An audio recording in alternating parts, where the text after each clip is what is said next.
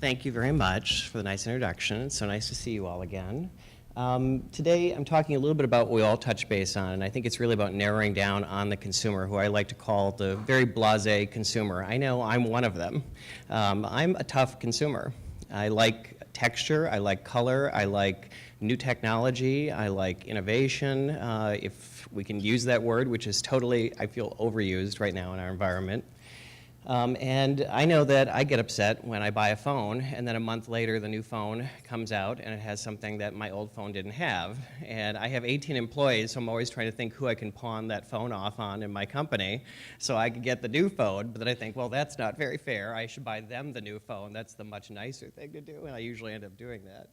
So, you know, I really think that this is a particular area of interest for all of us, and I think our consumer, we can all agree, is a very tough-minded consumer. I'm going to tell you a little bit about Genealogy really quickly. I've been in the business now, my bio I think was a little bit old, 27 years, almost 28 years, and I spent 10 years at L'Oreal, and they put me to graduate school. They really made me OCD, frankly. L'Oreal was really, really great at making me OCD, and it's kind of funny because I was just in Paris seeing them, and I realized that I'm totally on the opposite side of OCD. Now I have glitter nails and, and Indian jewelry and scarves, but there was a day when I wore just navy blue suits and Lanvin ties and French cuff shirts, and L'Oreal taught me all those grooming tricks and habits that still stick with me, and those things carry through. So I'm a marketing purist, really, when it comes down to it. I then worked for P&G for about 3.5 years, and I worked at a time when they were developing their first entree into kind of prestige beauty, when they were buying Wellacorp and Sebastian and Graham Webb and other brands globally. And it was a very interesting time at P&G. I gained a lot of international experience, and then I worked for a company called Manna Products, which was a contract manufacturer in Manhattan. And I ran Manna from a sales, product development, and marketing standpoint. And I grew Manna from about $17 million to $122 million in 3 years, narrowing in on the idea of really driving innovation and development of new products for our customers as they were outsourcing more of that work. We actually, at Genealogy, I came up with the concept because after I left Manna, I left because my father was dying. And I loved the company, wonderful people there, but I wanted to take care of him, and I wanted to be with him as he was passing. And I couldn't do that while I was traveling all over the world, and so I decided to consult. And I consulted for Macy's, for American Eagle Outfitter, for Sears. I actually designed products for all my children on ABC television. I designed all the Erica Kane products and fragrances for Susan Lucci and Erica Kane, her character. And then I also worked with many contract manufacturers, many of whom are out of business now at this point. I hope that wasn't because of me. But I think it was just a change in the atmosphere, actually. And what I realized is that there was a problem with contract manufacturing. And it wasn't really aiding in the innovation process because it had moved very quickly from being private label into contract manufacturing. And that wasn't really helping brands or companies grow their portfolio creatively, especially as they were scaling down their own product development, marketing, and R&D, as we know has happened. And what I saw was that there were 4 different kinds of contract manufacturers. There were family companies that didn't know how to get to the next level, and so they didn't know how to creatively grow to the next level because they had never had that problem. There were companies that were bought by investment groups, and the investment group made copper wire before they owned a beauty brand, and they had no idea how to make lipstick or the impact that that product would have on a consumer. Or they were very good at beautiful aesthetic beauty, like the Italian companies, and I consulted for 2 of them in Crema. And they were beautiful at it, but it was really difficult because there are a lot of cappuccino breaks in Italy to get the product out on time. And then there were American companies that were really based on the idea of private label. And so they were producing commodity goods more so than creative innovation goods.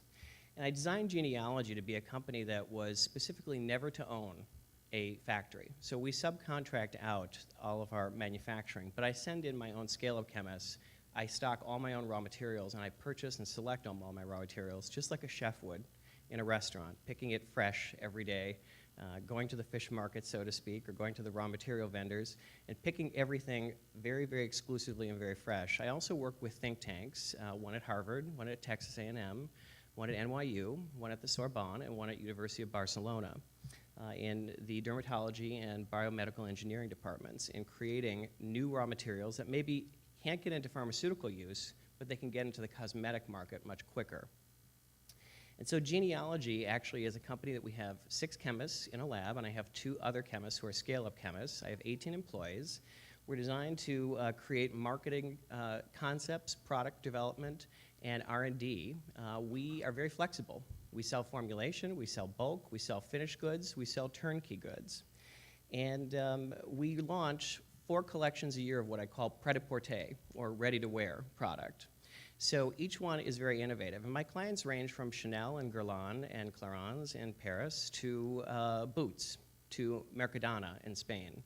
So it's a very wide gap, and I find that as the world is changing and middle-class living is kind of dissipating, it's the same thing with my clients. There's not a lot of middle-of-the-road clients. They're either very expensive or they have a lot of mass and they can afford to do a lot of interesting products at a good price because they have volume. So this BLASÉ consumer is somebody who we specifically talk about with our clients on a daily basis. Now, we have about 140 formulas within these 4 collections a year in makeup and skincare, hair care and body care that we launch each year. Each one is stable. Each one has 90-day stability behind it. Each one has compatibility testing behind it in different materials. So they're ready, truly ready, or pret-a-porter to go to market. We also do clinical claims. We have a lot of products that have SPF and analytical testing already done on them as well. And we do that because today's consumer really needs change quick. And it was very interesting. When I was working for American Eagle Outfitters, I was actually charged with the duty of helping them launch Airy and Airy fragrances and cosmetics for their consumers. And I held focus groups in Manhattan, 2 weeks of focus groups. And I sat with over 3,000 women in Manhattan over 2 weeks. And I thought I was going to go numb from the experience, frankly. And I love women, but I had to have them pull their makeup bags out and show me everything in their makeup bag and talk about what their habits were. And it was really interesting to me. So when you check out the makeup bag of today's consumer or their medicine cabinet at home, you find out that they're using many of the same products. So if they really love red lipstick or they really love nude lipstick, they have 10 different red lipsticks in their purse from 10 different brands. And usually they're a shade or 2 off. Okay? They're obsessed with usually one area that may be a problem area for them, like eyes tell everything. Eyes are the most truthful thing, right, on every person. So you can see the multitude of sins someone has lived in their lives just by looking at their eyes. You know, you can see if they were a drinker, if they were a partier, if they traveled a lot. You can see their age. You can see the sun damage, especially in the eyes. And that was one area that we also saw, that people had things like eye creams, and they were obsessed. They had 5 to 10 different kinds of eye cream in their medicine cabinet at home when we questioned them. And this was a common trait across the board. And why is this? Were they just looking for the next best innovation? Were they unhappy with how they appear in the mirror after using their current product? That really wasn't the case, because we'd ask them what they thought about the current products they were using, even if they were using 2 different eye creams before they put their concealer on, and they weren't unhappy with either one of them. They just liked using them both together, because maybe one was depuffing and one was toning and firming. And so it gave them the ideal product together.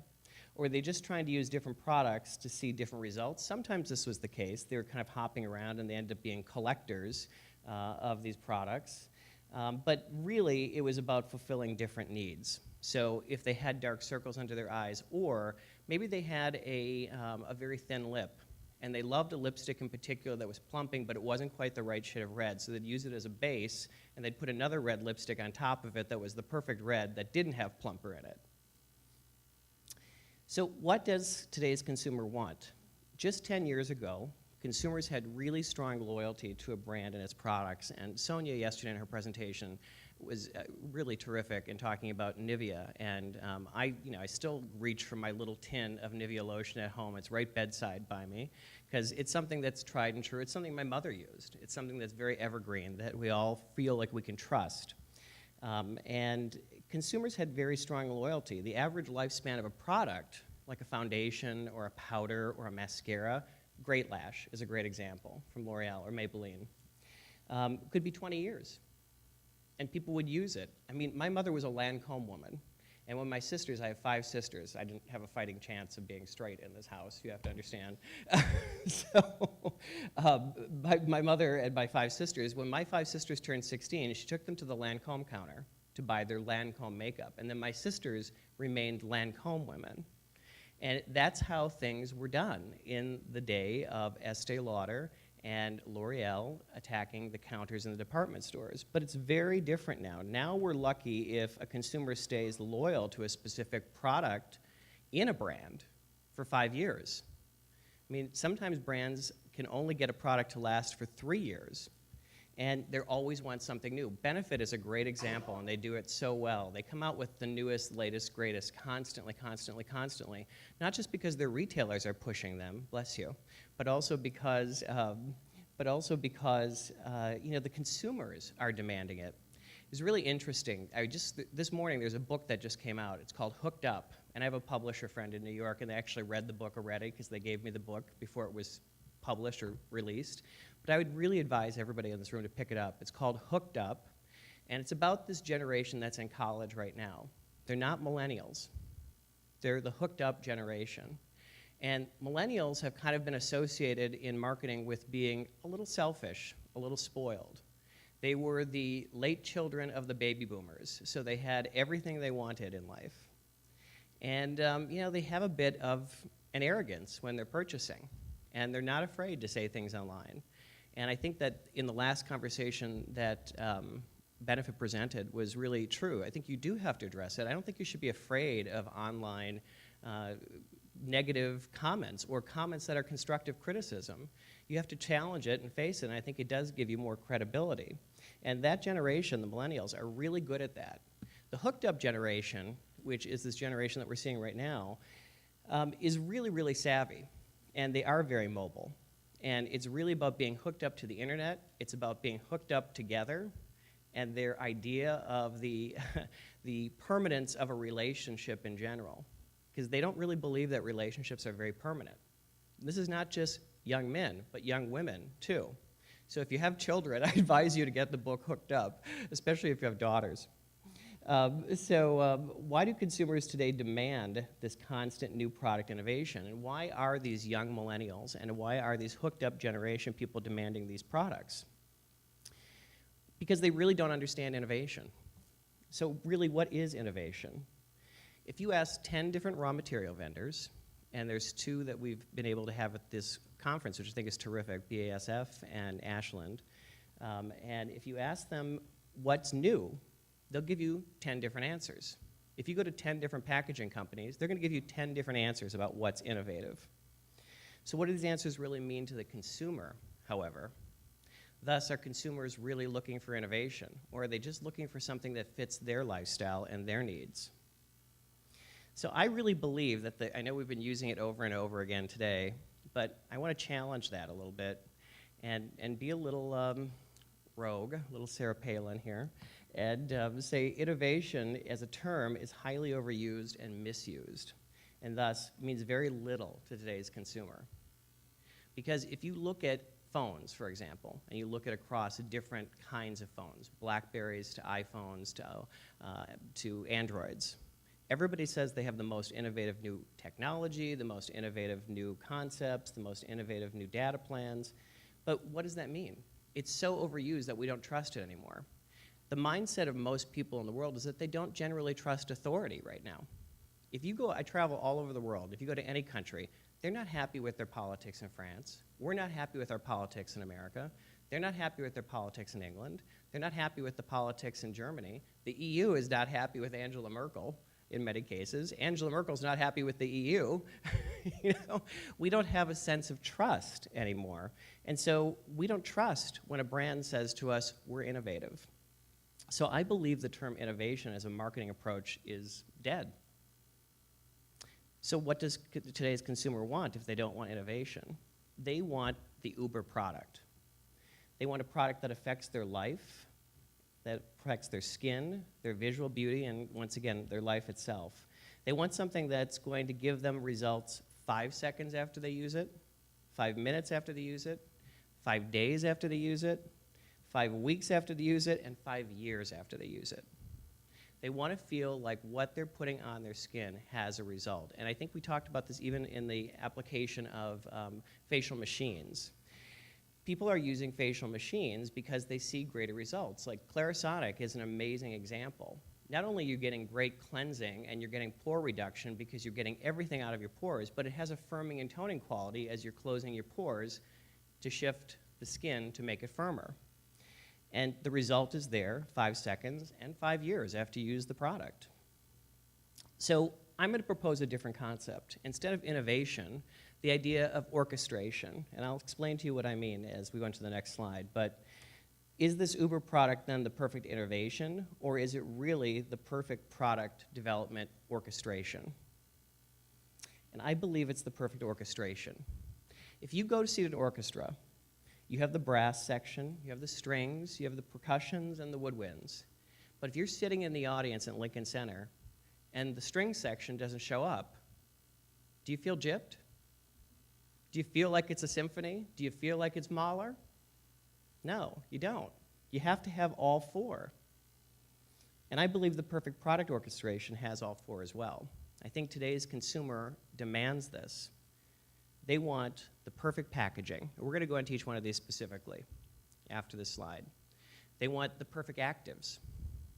And you know what? It was very interesting with Total Beauty today to talk about actives and ingredients because of being a global company and working with brands globally. It's very interesting to me what's relevant in one country is not relevant in another country. And it could be as simple as something as argan oil, as I mentioned earlier when we were talking in questions and answers. I mean, in France, it's used for cooking. You know, I have a friend who has a brand, and I do products for here in the United States, and she brought argan oil over, and I went to Morocco with her, and we picked the palm kernels, and we crushed them with rocks with the Moroccan women, and we did the whole photo shoot experience in order to promote this whole idea for her, and it's worked really well, but she can't get her product into France to save her life. Sephora looks at it, and they say in France, argan oil? Why? So you have to have this perfect orchestration, and the actives are a big part of that, because consumers, even though they don't specifically know actives, as we talked about earlier in the workshop, they do know what a peptide is. They do know that something is treating their epidermis or their dermis. They understand that they have skin, and they have different layers of skin, and they have treatment.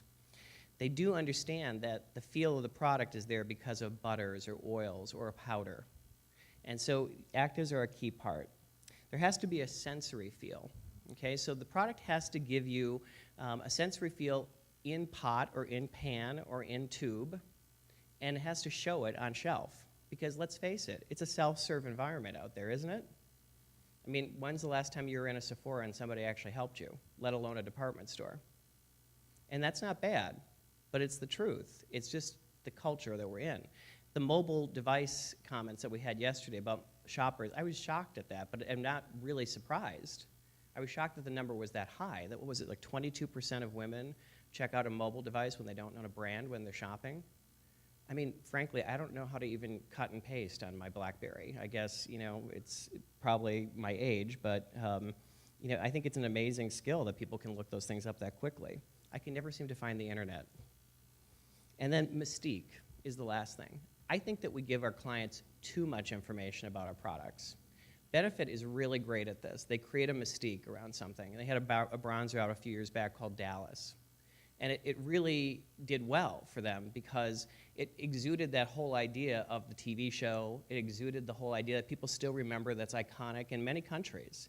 It exuded the idea of tan and kind of cowboy living and cowgirls. And it was a really interesting concept, but yet it was a bronzing powder. I mean, it was a lovely product, but it wasn't like it was a revolutionary texture. It was a lovely product. But they do so well with the idea of mystique. So now we're going to go into each one of them individually. Packaging.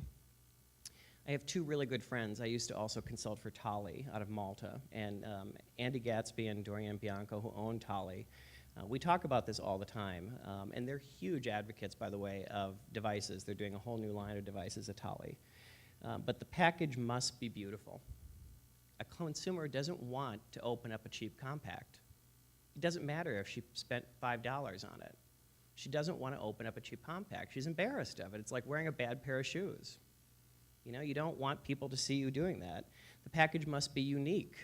You know, Guerlain is excellent at this. They market packaging so beautifully, and they incorporate beautiful formula into the packaging, but that uniqueness is what really sells them. Benefit is great at this.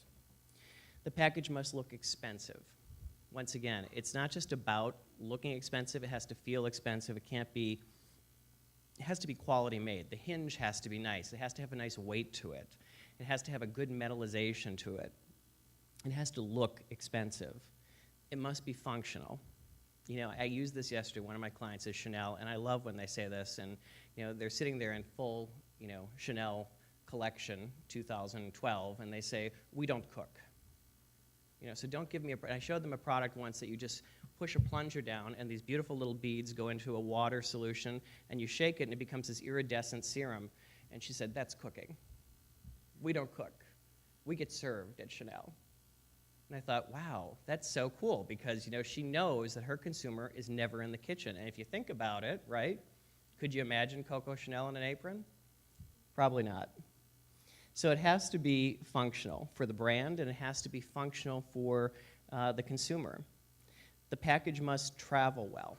Okay, very important. Whether you're doing trains, planes, where you're going on a car journey, it has to travel well. It has to not break. I mean, there are certain prestige products that the powders are really, really beautiful, but they're so delicate that they break, and there's a huge amount of return with that product. And it's because a lot of times the packaging is not designed to hold that product appropriately.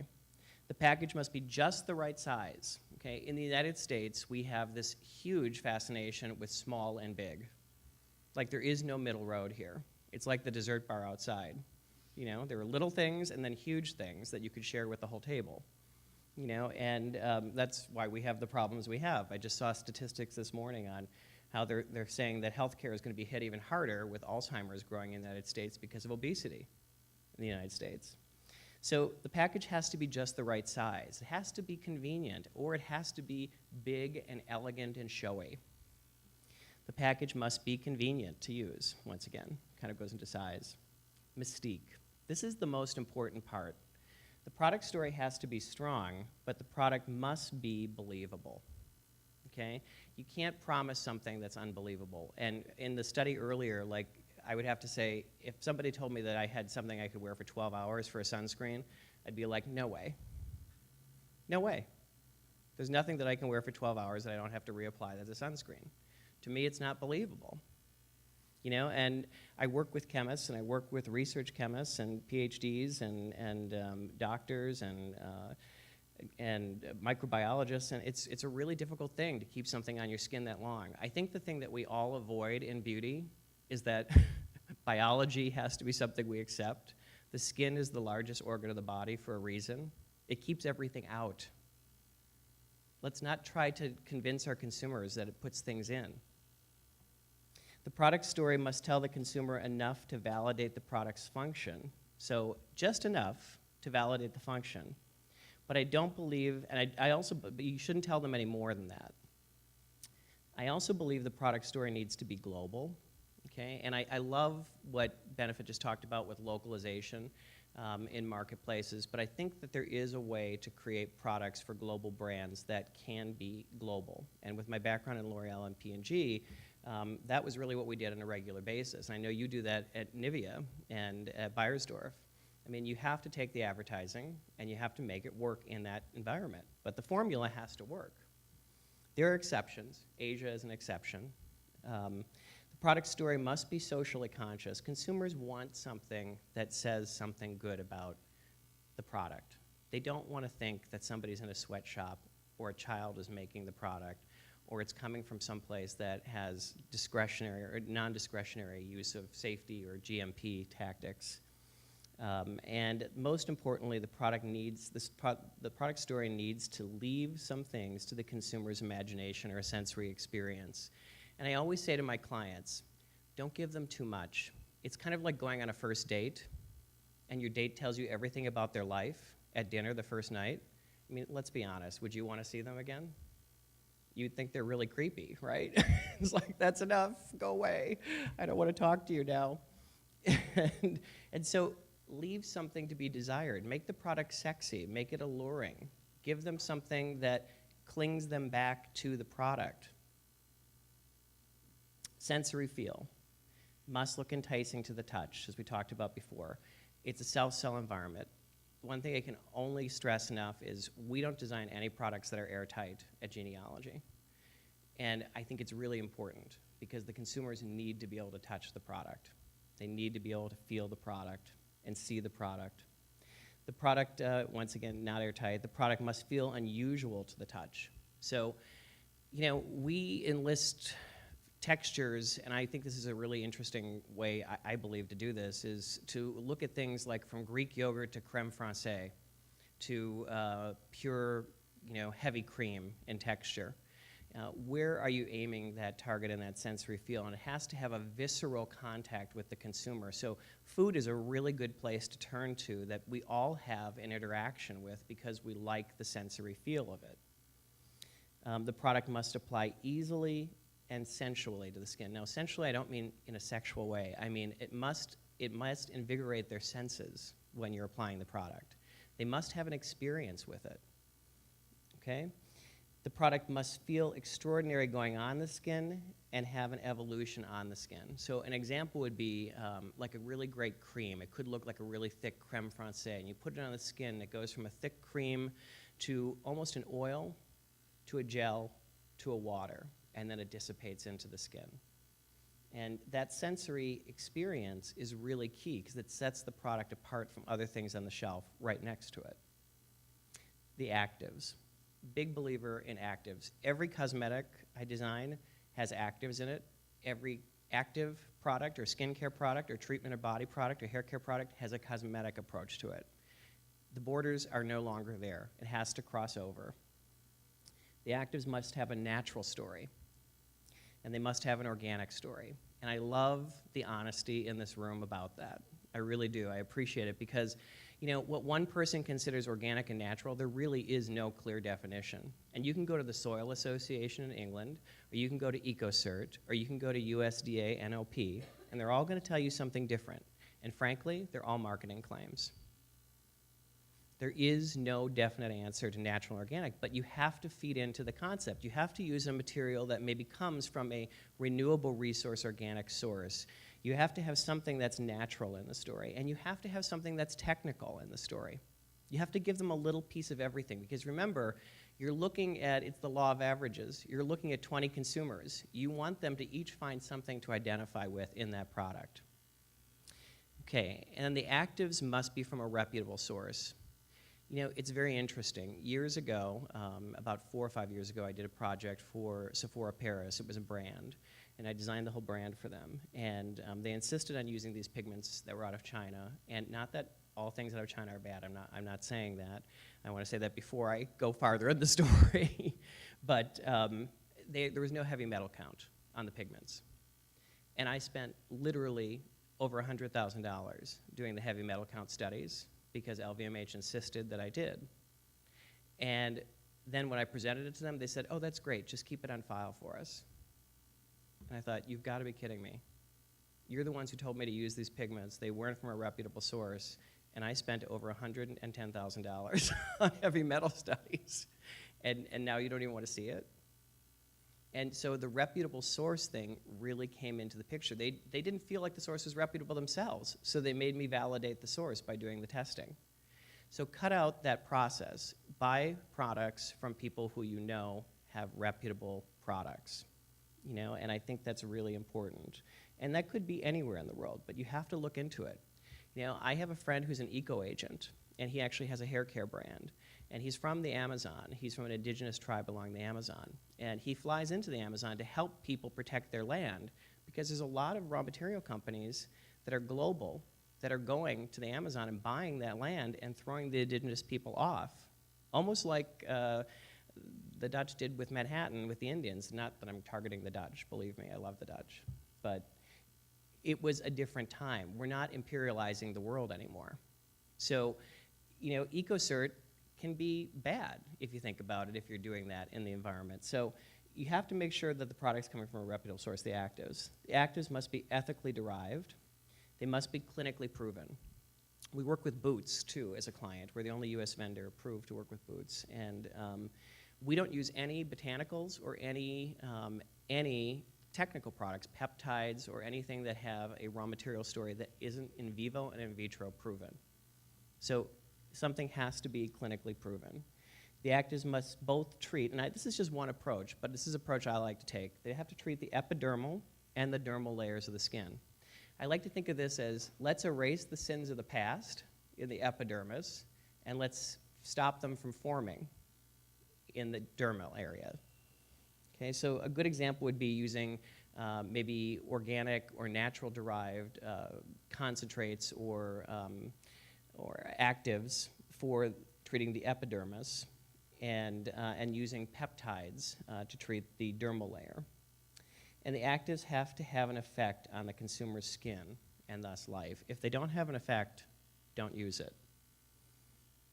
So, I like to talk about these consumers in different ways. And I say this very lovingly because I claim myself as a consumer. And this is the wrap up on the lecture, but it's how I like to look at myself. And I really am classifying all consumers into this because we all are consumers. And in order to love consumers, you have to love yourself because you're one of them. So you have to look at the things that you like and dislike and apply that into the marketplace. So I like to talk about consumers in different ways, and some of these are a little unorthodox, but I say them with love, believe me, because I'm claiming myself as one of them. But the idea of being eco-glam. Consumers want organic and natural, but they also want beauty, performance, and feel. They don't want to wear makeup that doesn't make them pretty. You know, and I've seen companies come out with product and it doesn't make you look pretty. What's the point? What we're selling is pretty. Beauty is illusion. Method mystique. Consumers want the elusive quality in their product formulations. They need to fall in love. They really need to have an emotional connection. I think we're all in beauty for a reason.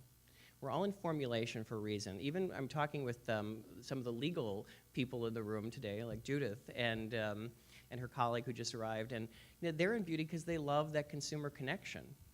Total Beauty, the gentleman said the same thing. He loves that consumer connection. I think that's so amazing that we care about people, and we want people to feel good. And through product, we do that. It's just like buying a new pair of shoes or having your lawn cut by your gardener or whatever it may be. You just feel good about it. It makes your life feel better that day. And so let the consumer fall in love. Oasis marketing. Consumers want products that offer them salvation from their skincare or cosmetic woes. Okay, so they are looking for an oasis. They're looking for something that's either a multifunction or that targets a specific area. But most of the time now, I really believe they're looking for multifunction. They're looking to get replenished. Retro formulation. Consumers want products that relate back to evergreen ideas in beauty, things that our mothers used. This could be a product like Nivea or Eucerin, which are doing really well in the global marketplace because people can trust them, they can count on them. Or this could be an ingredient like lavender, or it could be an ingredient like shea butter. You know, I mean, who knew that shea butter was perfect for pregnant women with stretch marks? I mean, 20 years ago, even 10 years ago. Now every mother rubs shea butter all over her body. I have 5 sisters, so I've seen a lot of it, trust me. Parallel demographics. Consumers of very different buying demographics have very similar wants and needs. I'll give you an example. Chanel lipstick, the Click. I have a 13-year-old niece who loves her Chanel lipstick because it clicks when she closes it, and I have a 63-year-old sister who loves Chanel lipstick because it clicks when she closes it. The package matters, the product matters, the click matters, the weight matters, the luxury matters. Parallel demographics. You have consumers in different countries who are looking for the exact same thing. We're all obsessed with brightening and lightening worldwide now, but it's part of anti-aging. You know, I really think anti-aging is line and wrinkle, pore reducing, anti-inflammation, brightening and lightening, all together rolled up into one. We don't want just one of those things anymore. We want all of them. Consumer terrorists. This is a little controversial, but I believe I'm a consumer terrorist. I mean, I'm demanding. I'm a very demanding consumer. I'm the guy who leaves Post-it notes all over from my cleaning lady at my house to put things back exactly where she'd put them after she cleans them. I mean, God love her. She, I meditate for her daily. And the same thing, with my gardener. I'm the one out there like, don't trim the shrubs unless I'm home, okay? I'm out there like, sorry, on my lawn telling him how to trim my shrubs. It's awful. But I'm a consumer terrorist. I demand to know everything about a formula, its manufacturing, and its packaging. I want it all. I want to know that the product comes from someplace that's reputable. I want to know it's doing something good for the environment. I want to know it's natural and organic. I want to know its quality. I want to know it makes me feel pretty. I want to know it's long-lasting, in effect. I want all those things. I think we all want those things, don't we? I mean, we want to use something that just makes us feel good for 5 seconds anymore, or 5 minutes. We are demanding as consumers. And millennials are very demanding, and the hooked-up generation is very demanding. Biology buffs. Consumers are educated, and they want to know how a product will affect their skin on a cellular level. Now, they don't understand it, but they want to know it. Okay, and yesterday we had a presentation from Aveda. If people weren't here, it was a really great presentation. She was so open about this new hair care launch, about hair loss, and it's such an emotional thing. Hair loss is an emotional thing for men and women. It's like acne. It's really, telling about someone and their lifestyle. People feel real branded with that. And they want to know, and they need to know, that the product is doing something for them in order to make it work. But they're pretty knowledgeable about things like they may not know what CoQ10 is, they may not know what retinol is, they may not know what a peptide is, but they know they're good things. They know that they work on a cellular level. So they have this sense of understanding and measuring the quality of their product. And then lastly, we have a few more. Treasure chest development. Consumers want more than one active ingredient claim in their product. One claim is just not enough anymore. You can't target lines and wrinkles, because lightening and brightening are a big part of anti-aging, and so is inflammation. Inflammation, or when you see someone who lost a lot of weight, like they had lap band surgery, and they've lost a lot of weight, they look really old because their skin is sagging, because they have no firmness or retention to their skin, and their pores are larger. And it happens in aging, too. We drink too much red wine one night. The next day, our pores are bigger. It happens. Our skin sags more. We get sunburned. After the tightness of the sunburn goes away, our pores seem bigger. Our skin seems to relax a little bit more. We're losing collagen. We're losing lipids in our skin as we're damaging it. Stress, environment, all these things do that. People want something that's going to address their aging in many different ways, or address their acne in many different ways. Engineered to empower. Consumers look for globalization for exotic, efficacious actives and carrier systems that are unique to their continent. And I think that's really very true. Argan oil was one particular example. But listen, if you had a choice between buying a product that had shea butter in it or organic plum butter from the south of France, which one would you choose? Organic plum butter from the south of France, right? It sounds so much nicer. It smells so much nicer. It's a more elegant product.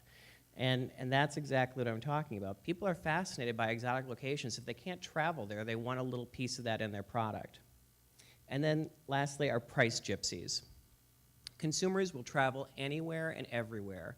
And I think this is so true. We heard about this earlier also in some of the consumer activity. People will go to CVS for their cleanser, but they'll buy La Mer cream. And they'll buy Dior eye products. And they'll buy something special from Avon, like a special body product for slimming and toning or firming, or they'll buy a lip plumper from Avon. Whatever it may be, they will go to many different trade classes. The big challenge these days, and Groupon is a good example, the word coupon is not so horrible anymore. There's a lot of people with a lot of money who love Groupon. There's a lot of people with a lot of money who are not too ashamed to shop at Walmart or CVS to find that one product they want, because then they can go buy another product they want that's so much more expensive somewhere else. So they shop across different price points and retail atmospheres. And these are all the ways that I really believe that we can help to engage our consumer to find our formula more interesting and to make that blasé consumer a little less blasé and a little more excited about what they're looking for and what they see when they walk into the store. Because let's face it, you walk into a department store, go into Saks right now, into the beauty area. You'll be bombarded by 30 women trying to spray you with fragrance and showing you the newest lipstick or eye cream. You walk into Sephora, you're going to be bombarded just by looking at the gondolas. So the consumer needs to be driven to that one product, not just your gondola, but to that one product that looks like a hero. And that's my little presentation. So thank you. Thanks so much, Brian. Definitely very interesting, I guess, segments that you've put the consumers into. So that was definitely enlightening to listen to. Any questions for Brian? So Brian, I do have one question, which is that, so obviously you've looked a lot at consumers and understood consumer behavior, especially women in beauty. I read and I've also learned of a lot of statistics about, for instance, the average number of times that a woman applies mascara to her eyes is around 78 times per eye at each application. So the funny thing about averages is that there's women who apply more than that per time. So women in the audience, you can validate that. You know, there's almost an obsession to do a lot with what you have in terms of beauty products. Sure. What's your take on that? Oh, I believe that's absolutely true. I mean, I count on OCD as being a driving factor for consumers. I think that that's the key. If you have a problem area, if you have thin lashes, you're not only going to get lash extensions, but you're going to do partial false lashes if you're going out on a great date. And there's a lot of women, and mascara is very important to women. And you're also going to wear a thickening mascara, and then you might even coat it on top with a lengthening mascara, and then you might coat it with a top coat that seals it all in and waterproofs it. And I think that there are ways that you look at different segments and make sure that you put categories and products together. And I think a good way to do that is to say, when I sit down with a brand and they want me, like Mercadona in Spain, I work with them in a way of looking at pockets in their brand for skincare. And we talk about, I'll just have a general feel looking at the shelf, and I'll say, you have a lack of lip and eye products. And then we talk about building around certain key products and creating a system for that perfect OCD consumer who has an issue with that one area. And everybody has something. It could be your lips, it could be your cheekbones, it could be your jawline, it could be your eyelashes, it could be sagging eyelids, it could be nasolabial lines. But yeah, you have to, and it's not about playing into people's insecurities. It's about accepting your own. I really think that's a big part of it in product developing, is accepting that we're not perfect. And that, what we create on a daily basis is an illusion of how we appear. And then thinking about what we would want to use. Exactly, and that's why the beauty industry exists, because nobody's perfect. Yeah, absolutely. So. Thank God. Any other questions? All right, thanks so much, Brian.